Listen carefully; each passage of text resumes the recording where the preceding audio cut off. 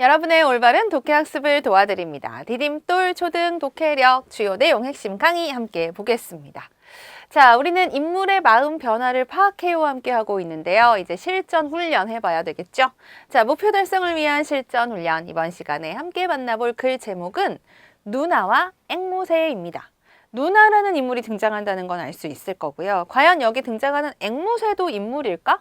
자, 여러분, 이야기 속에 등장하는 인물은 꼭 사람이 아닐 수도 있어요. 강아지똥이라는 이야기 속에 등장하는 주인공은 개똥이 주인공이에요. 강아지똥. 그렇죠?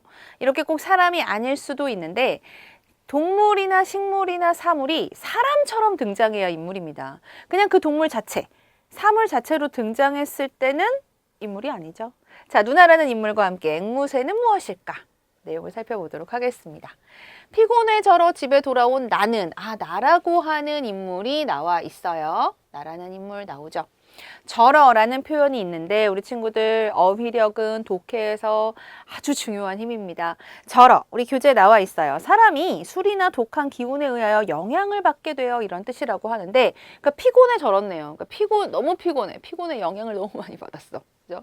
안방에 앵무새 한 마리가 든 세 장이 놓여 있는 것을 보았습니다. 누나가 앵무새를 사온 것이었습니다. 자, 누나라는 인물이 나옵니다. 그리고 앵무새를 사왔대요. 따라서 앵무새는 그냥 사온 동물이죠. 인물로 등장하진 않네요. 누나는 앵무새 한 마리를 들여놓고 동네 아이들을 불러다가 무엇인가 하고 있었습니다. 주. 앵무새는 알아들을 수 없는 소리를 내고 아이들도 뭐라 말하고 있었습니다. 우리가 이제 앵무새 하면은 생각나는 게 사람이 하는 말을 그대로 따라하는 거잖아요. 근데 아직 앵무새가 제대로 따라하지는 못하는 모습이네요. 자, 그런 일은 그 후로도 며칠이나 반복되었습니다. 누나가 이제 아이들을 불러다가 앵무새 한 마리를 놓고 어쩌고 저쩌고 이제 막 말을 시키는 건데 며칠 동안 계속됐대요. 쭉 천식환자처럼 그렁그렁대는 앵무새는, 천식이라고 하는 것은 기관지에 경련이 일어나는 병인데, 그러니까 앵무새가 아직 제대로 말소리를 따라하거나 하지는 못하는 거예요. 그날부터 내 늦잠을 방해하고 신경을 건드렸습니다. 제발 저 앵무새 좀 치워버릴 수 없어! 나는 누나에게 화를 내며 말했습니다. 자, 인물이 하는 말이나 행동을 통해 인물의 마음을 알 수 있다고 했어요. 이 부분에서 우리는 나의 마음을 알 수 있네요. 누나에게 화를 냈죠. 화가 나는 거야. 왜 화가 났나요? 앵무새 때문에 잠을 방해받았잖아요. 그래서 짜증이 났습니다. 하지만 누나는 내 성화를 못 들은 채 무시해버렸습니다. 그러면서 그냥 앵무새한테 계속 말을 시키고 있는 모습인 거죠. 그러던 어느 날 아침, 잠에서 깬 나는 소스라치게 놀랐습니다. 생일 축하.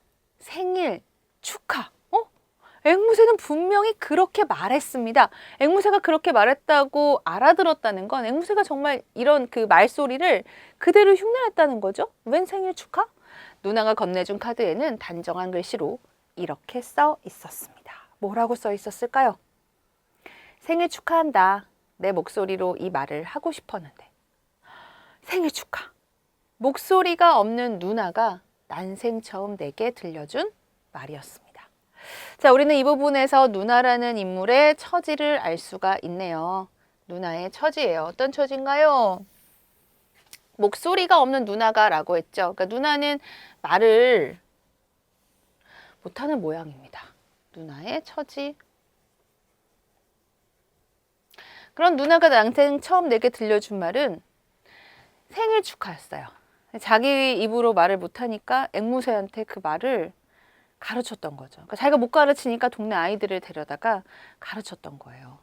생일 축하한다. 내 목소리로 이 말을 하고 싶었는데 라고 쓰인 그 축하 카드도 주었어요. 자, 우리는 이 부분에서 누나의 마음을 알 수 있네요. 어떤 마음인가요? 생일 축하한다 라고 하는 표현에서 직접적으로 동생의 생일을 축하하는 마음도 알 수 있고요. 이뿐만이 아닙니다. 내 목소리로 이 말을 하고 싶었는데 라고 했는데 여기서 우리는 누나의 마음을 짐작해 볼 수 있네요. 자기가 직접 동생의 생일을 축하해주고 싶은데 그러지 못하는 마음인 거죠. 그래서 안타까운 마음도 느껴집니다. 자, 이제 이런 누나의 마음을 안 나는 어떨까요? 앵무새에게 그 한마디를 훈련시키기 위해 누나는 그렇게 여러 날 동안 비밀 작업을 했던 것입니다. 나는 쏟아지려는 눈물을 애써 감추며 입안 가득 미역국을 퍼넣었습니다. 합니다. 왜냐면 오늘은 나의 생일이거든요. 자, 쏟아지려는 눈물을 애써 감추었다라는 행동이 나와 있는데 이 부분에서 나의 마음 알 수 있네요. 앞부분에서 나는 누나 때문에 앵무새 시끄럽고 참 방해하고 그래서 좀 짜증이 나고 화가 났었어요. 근데 이 부분에서는 지금 쏟아지려는 눈물을 애써 감추었다라고 하는 부분에서 누나에 대한 고마움, 감격스러움 이런 마음을 느낄 수가 있겠죠. 누나에 대한 고마움입니다. 어때요, 여러분? 이야기 속에 나오는 인물의 마음을 짐작하는 것 어렵지 않죠. 흐름을 잘 보면서 인물이 어떤 처지인지 인물이 하는 말이나 행동을 통해서 그 마음을 짐작해 볼 수 있습니다. 인물의 마음이 변화한다는 것, 이렇게 변화하는 거구나라는 것도 알 수 있겠죠. 인물의 마음의 변화를 알기 위해서라도 우리가 이야기에서 흐름이 어떻게 사건이 진행이 되는지 잘 파악해야 합니다. 자, 그러면 문제 만나볼게요.